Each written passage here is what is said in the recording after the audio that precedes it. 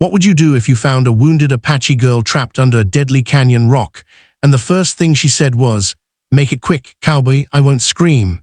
This story begins with danger, fear, and two enemies who never expected their lives to collide. But what happened next changed everything they believed about loyalty, courage, and forbidden love in the Wild West. Stay with me because this tale takes a turn no one saw coming, and by the end, you'll feel every heartbeat of this impossible love. Let's get started, and don't forget to subscribe. The canyon winds howled across the jagged cliffs as Ethan Cole urged his horse deeper into the narrowing trail, searching for a missing calf that had strayed during the night storm. The fading sun threw long shadows across the stones, turning the passage into a maze of orange and rust. Ethan knew these canyons well, yet something in the air felt wrong, too quiet, too heavy, as if the land itself was waiting. His horse suddenly lifted its head, ears twitching toward a faint, broken sound hidden in the wind. Ethan halted, listening closely. Someone was out there, hurt and barely holding on. He dismounted slowly, every sense alert as he moved between fallen boulders. The faint sound came again, sharper this time, a voice strained with pain. Ethan climbed upward, pushing aside dry brush until he reached a narrow crack between slabs of rock. There, half buried beneath a massive sandstone block, lay a young Apache girl. Dust covered her hair, blood stained her leg, and her chest rose with shallow, trembling breaths. When she noticed him, her eyes narrowed with fierce defiance despite her weakness, and she forced herself to speak through clenched teeth. "Make it quick, cowboy, I won't scream." Her voice was hoarse but strong enough to send a chill through Ethan. She thought he had come to kill her. He raised his hand slowly, showing he meant no harm, then knelt beside her to assess the weight crushing her leg.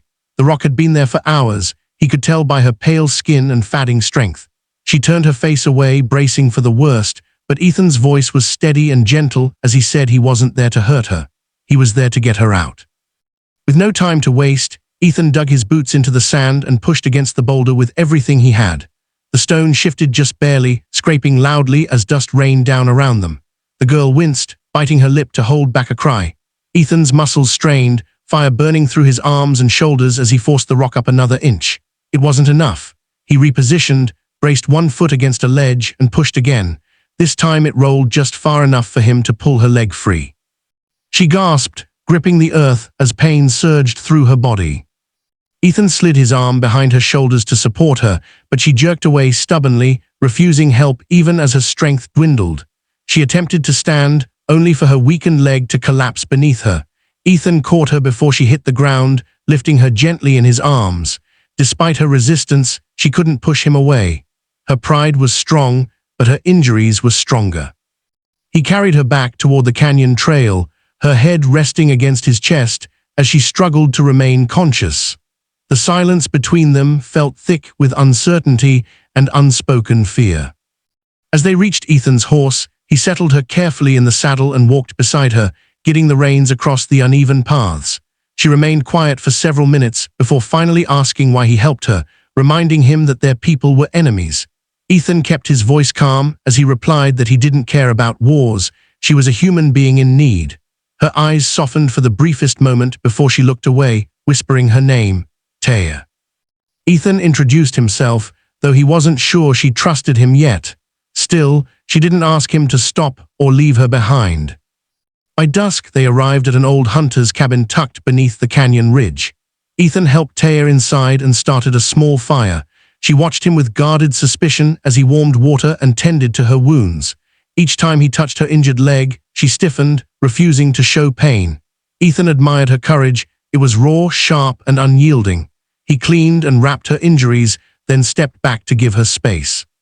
The firelight flickered across her face, softening the pride that had earlier felt like a wall between them. A long, quiet moment passed before she finally spoke. "You could have taken me to your town," she said quietly. "They would have locked me up, or worse." Ethan shook his head and told her that's exactly why he didn't. He had no interest in turning her in. She studied his face carefully, looking for any sign of deceit, but found none. Her breathing steadied, and a fragment of trust flickered in her eyes. She told him that her people might think he captured her if they found them together. The world outside the cabin was dangerous for both of them, and she knew it better than he did. Morning brought a pale light through the wooden cracks of the cabin. Taya tried standing again, leaning on the wall, but her leg trembled violently beneath her. Ethan caught her before she fell, insisting she needed more time to heal. But she worried her people would come searching. If they saw Ethan with her, it would lead to conflict. Ethan considered the risk, but refused to leave her alone. Instead, he prepared the horse again, offering to take her near the border of her territory. She hesitated, unsure whether accepting his help again was wise, yet she finally nodded. They traveled slowly along the river's edge, the morning breeze carrying the scent of sage. As they rode, Taya found herself studying him, his calm strength, the quiet honesty in his eyes, the steady way he held the reins. Ethan noticed her gaze but said nothing. When she finally asked why he treated her differently from other cowboys, he simply said he judged people by who they were, not by what he'd been taught to believe. Taya looked away, but warmth stirred in her chest. When they neared the Apache border, she told him this was far enough, unaware that fate wasn't finished with them yet. Taya stood at the edge of the trees, leaning slightly on the wooden staff she'd carved long before the canyon accident. Ethan watched her carefully, unsure if this was where their paths would truly end. She told him he should turn back quickly before her people misunderstood his presence. He nodded, yet something unspoken lingered between them, something neither wanted to acknowledge too soon. Her eyes softened unexpectedly, and for the first time since he found her pinned beneath the rocks, she allowed a hint of vulnerability to show. She whispered a quiet goodbye and disappeared into the forest shadows. Ethan stayed still long after she was gone, feeling an empty ache settle deep inside him.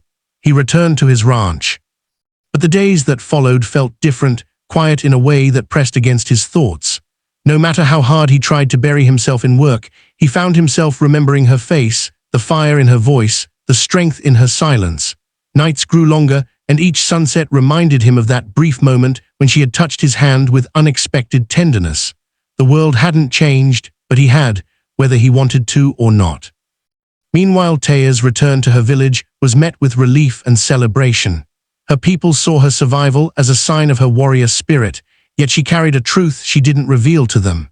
She remembered Ethan's steady hands lifting the rock, the way he carried her through the canyon, the way his eyes held no judgment. She had always believed cowboys were cruel, but Ethan had shattered that belief entirely.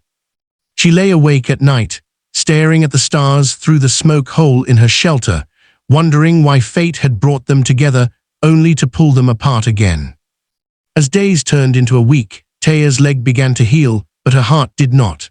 Her father, a respected scout, noticed the changes in her. She grew quiet during gatherings and stared too long at the horizon. Her mind was far away, across the canyon where she had left the man who saved her life. One afternoon, while collecting herbs near the river, she found herself walking toward the border without realizing it. She stopped only when the wind carried a familiar scent, the scent of the canyon's dry stones, the same place where the cowboy had risked everything for her. Ethan tried to forget, but he hadn't succeeded. One evening, unable to fight the pull any longer, he rode toward Redstone Canyon again. He had no reason, no plan, only a hope he couldn't explain. The canyon felt different as he entered it, quieter, heavier with memories he hadn't meant to keep.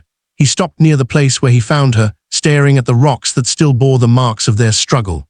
The wind shifted suddenly, carrying a faint rustle behind him. He turned sharply, hand brushing his holster, only to freeze when he saw her standing there. Taya leaned on her staff, her leg stronger now but not fully healed. Ethan stepped toward her, surprise and relief washing over him at the same time. She told him she had come to thank him, properly this time, her voice trembling slightly with emotion she could no longer hide. Ethan smiled gently, but she quickly admitted that wasn't the only reason. She had come because she couldn't forget him. The canyon felt smaller somehow, pulling them closer as if it remembered them too. Ethan approached slowly, afraid she might change her mind, but she didn't step away. She looked directly into his eyes. She spoke of her confusion, of the battle between loyalty to her people and the unfamiliar feelings Ethan had awakened in her. He listened quietly, not daring to interrupt. When she admitted she felt something she didn't understand, Ethan's breath caught in his throat. He assured her he felt it too, that he hadn't been able to forget her since the moment she spoke those fierce, unbreakable words in the canyon. She reached for his hand again, this time without fear, and his fingers closed around hers gently. The The silence between them shifted, no longer heavy with uncertainty, but warm with possibility.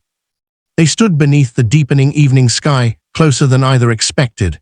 Taya stepped into him, her forehead resting lightly against his chest. Ethan held her as though she was something fragile but precious.